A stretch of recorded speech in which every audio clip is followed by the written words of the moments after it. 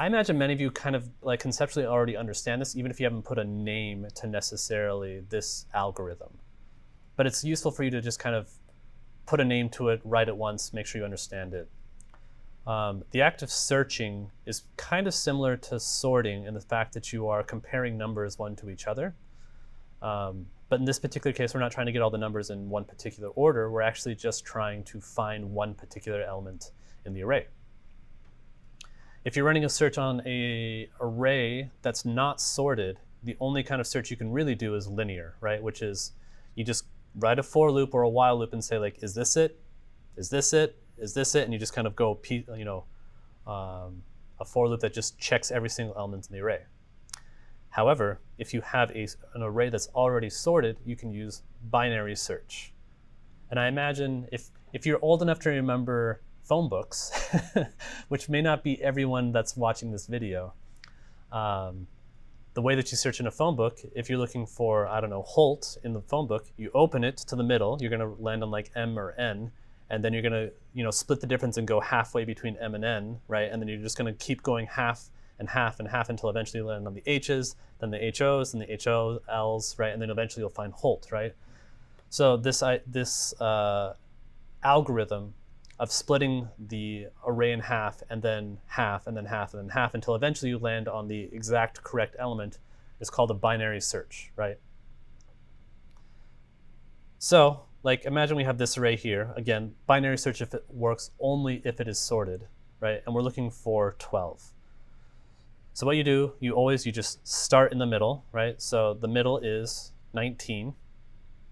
You say, is 19 equal to 12? No, it's smaller, and then you go to the left and you split the difference there. So you look in the middle of the smaller half, so between 19 and 0. That middle is going to be 10, right? You ask, is 10 equal to 12? The answer is no, it's not. So you go larger, right? And you go right. And you look in the middle of the larger half, which is between, in this case, just between 10 and 12, right? And then you just look there, which is going to be 12. And then you ask, is 12 equal to 12? Yes, you found the element. Does that make sense? You just keep cutting the array in half until eventually you find the item that you're looking for. One of the questions I might ask is, like, if it's of length 3, do I go to the smaller side or the larger side? Doesn't matter, just pick one. I think in this particular case, I went to the smaller side, which is why we looked at 10 first instead of 12. Cool. Any questions about the algorithm of binary search? Is this best done recursively? No, I would say this is much better done with a loop than it. Yeah, I guess you could. You could totally do this with recursively. I probably would do this with a loop. Let me just make sure that I'm not telling you lies here. Search.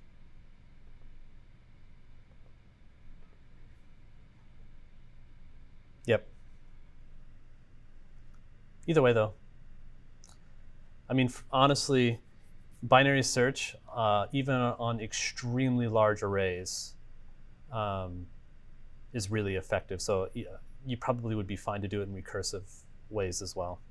But my solution is iterative. What is the big O of this? Well, we're not looking at every element in the array, right? So it's not n, it's gonna be less than n, because we're just starting in the middle and then we're going to the side that we need to. So we're not looking at every element in the array, so less than n. We do have to look at some elements in the array. And we get economies of scale if we have extremely large data sets. So that puts us at log n, right? So binary search as an algorithm is time complexity log n. And you don't create any additional data in the process, so it's constant space.